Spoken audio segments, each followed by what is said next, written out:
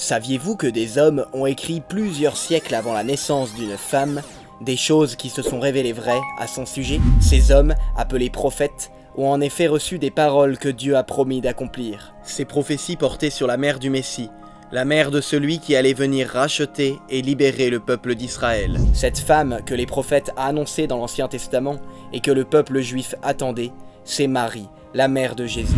Premier exemple bouleversant. Le prophète Isaïe écrit en moins 732 dans son manuscrit noir sur blanc cette parole étonnante. Le Seigneur lui-même vous donnera un signe. Voici que la Vierge est enceinte et elle enfantera un fils et elle lui donnera le nom d'Emmanuel, c'est-à-dire Dieu avec nous.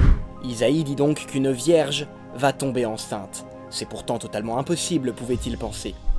Et pourtant la prophétie est rédigée, et plus de 700 ans plus tard, Marie tombe effectivement enceinte par l'action de l'Esprit Saint. Luc nous en donne le récit dans son évangile. L'ange Gabriel est envoyé par Dieu à une jeune fille vierge, Marie, pour lui annoncer qu'elle va concevoir un fils. Il est attesté qu'Isaïe a écrit ces lignes 8 siècles avant Jésus, et si Dieu n'était pas la source de son inspiration, comment aurait-il pu prédire qu'une vierge aurait un fils, ce qui va contre les lois de la physique? Vierge et mère, donc, la seule de l'histoire de l'humanité. Deuxième exemple étonnant. Cette mère, pas comme les autres, devait être également une fille d'Israël, de la descendance de Jessé, père de David.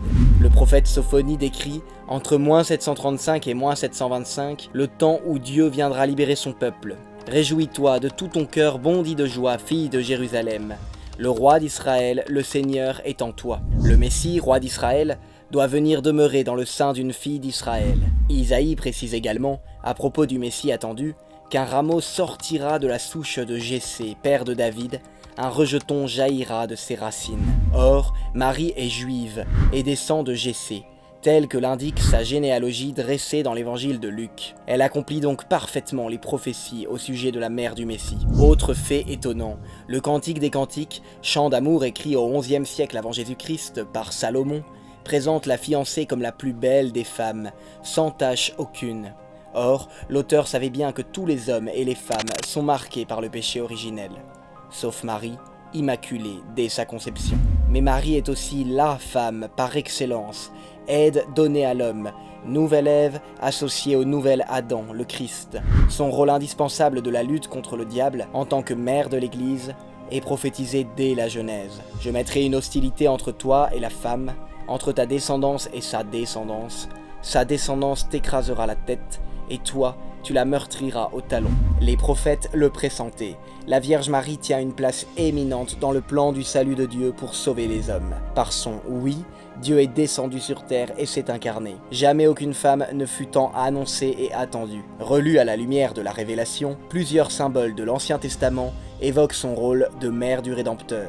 Arche de Noé, colombe de Noé, échelle de Jacob, rocher de Moïse, tabernacle, étoile, aurore, lune, trône. Ce que les prophètes annonçaient, Marie l'a réalisé.